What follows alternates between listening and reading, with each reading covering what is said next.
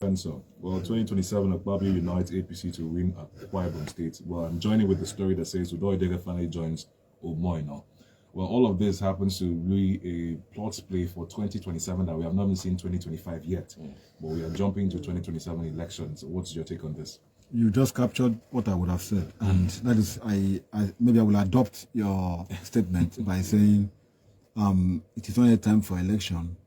When do we allow for governance? It's 7 months into the new administration. Here we're talking about election of 2027.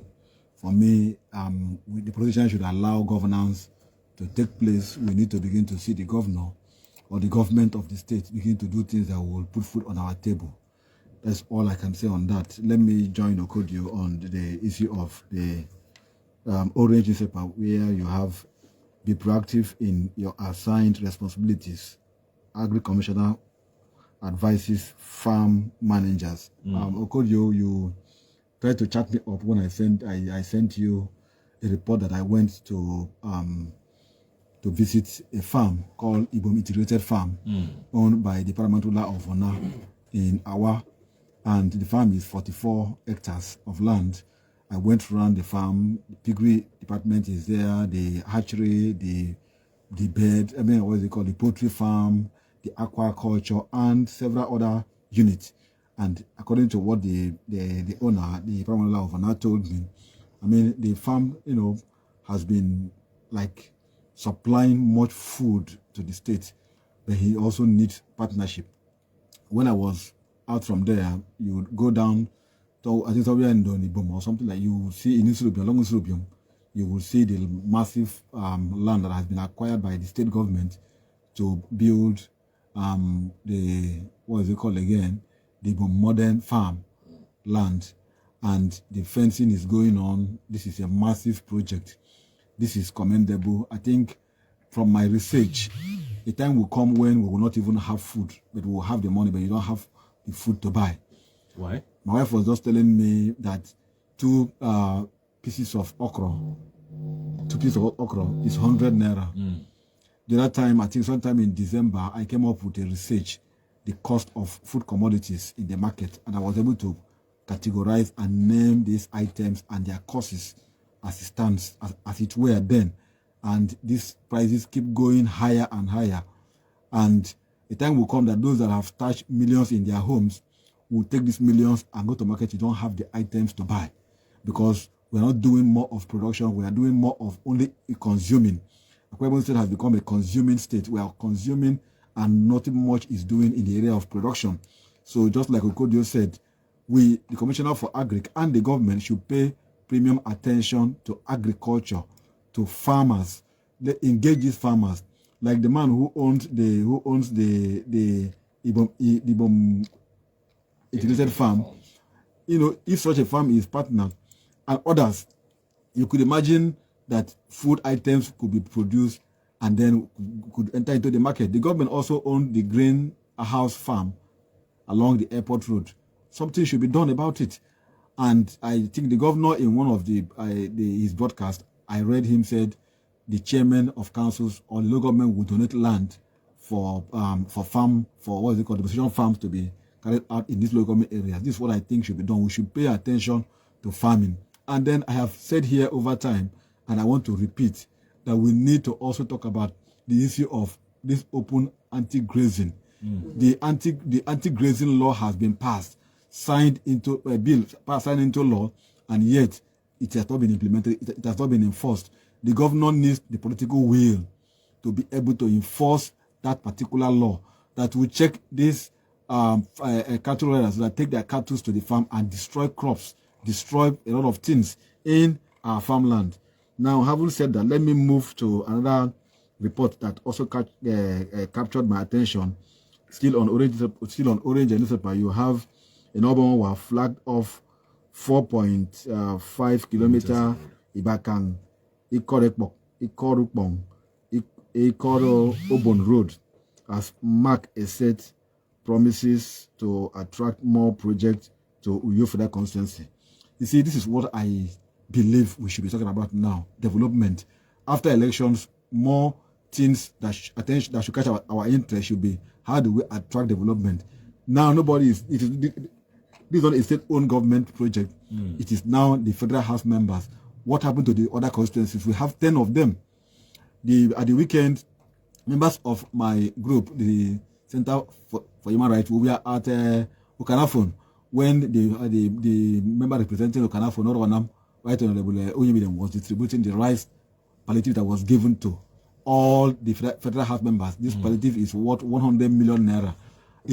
When the matter is even under a very serious controversies, the other lawmakers are claiming that such thing never existed. But here, a member of the Federal House came up to say it does exist, and he brought it and he shared it to his constituents. So we want to be putting our Federal House members to check.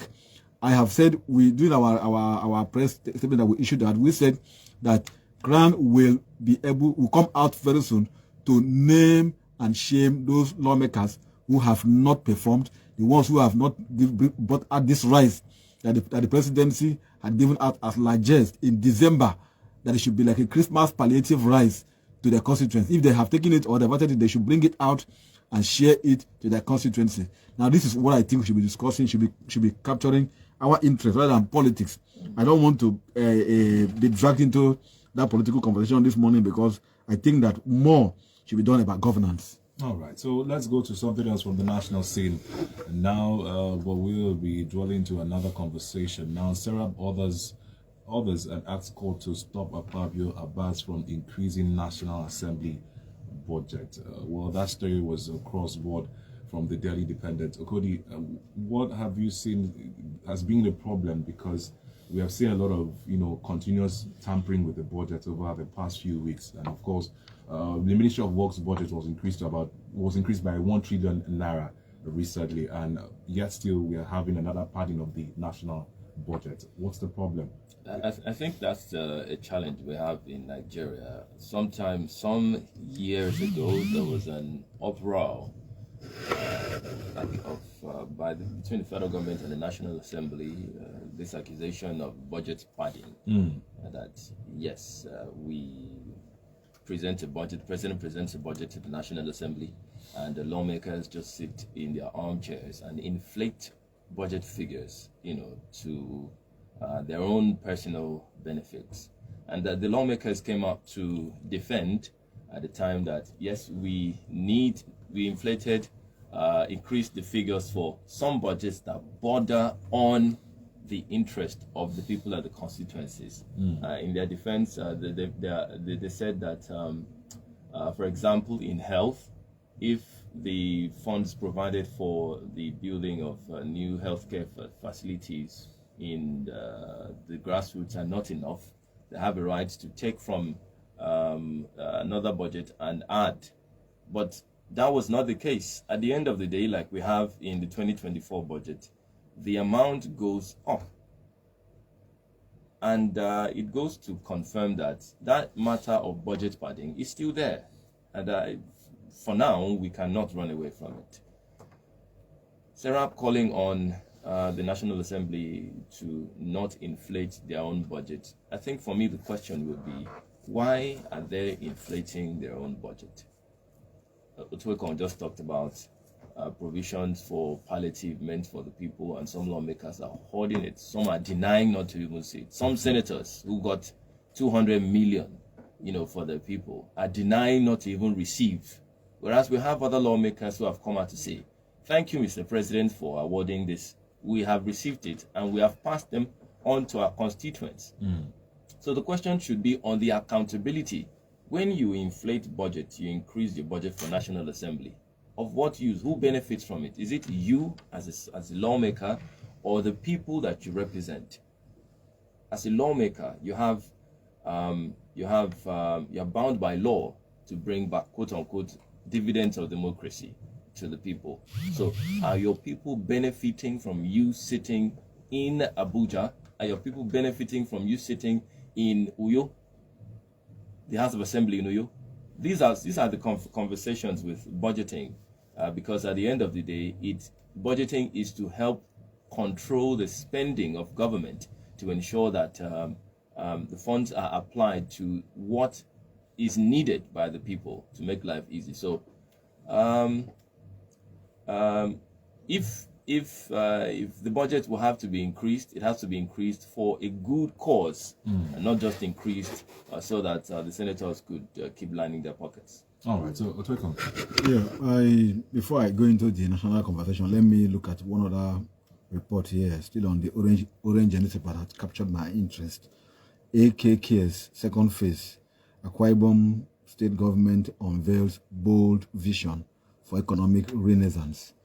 I think this is a very welcoming development, still on the issue of welfare. If you go down, I think if you look at a similar report I saw in the Ibom Nation, you see Governor Omoino flags off welfare program.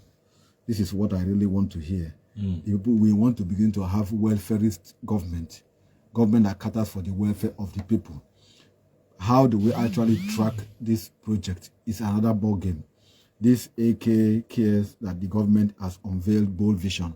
How do we track it? Who are the beneficiaries? What were the procedure of selecting these beneficiaries? And where are these projects? What are the packages that are in this AKKS? It is time for the media and for the CSOs to begin to engage this Ministry of Economic Development and even the government to find out who are they. Is it just going to give it to political party loyalists, or is it an all-inclusive and all-embrace kind of programs? This is what I think we will be engaging in the few weeks to come. It's a fine package that should not be politicized. It shouldn't be seen as a political party, package, but it should be made to go around all the people of Akwa Ibom State. Then on national scene, I saw a report here on the Sun. Say more job losses loom. Multinationals exit put FG's 3 trillion tax revenue, thousands of jobs at risk. More firms may exit soon. Report. The current trend of multinationals leaving Nigeria is worrisome. I think the president should begin to find out what is the reason behind this. Is it because of lack of enabling environment for them to operate? Look at the issue of the Jubilee syringe factory that left Akwa Ibom. Go there, you will see that the area has become like a ghost city. It used to be a very busy area in Awa. The workers that were engaged now have been disengaged. They have become unemployed. And this is what is also increasing the rate of insecurity in the state. Same thing is applicable to the FCT. FCT has become an insecure city. This used to be, the most comfortable, the most secured city in the West Africa. But today you cannot say so again because Nigerians are sleeping with their eyes open.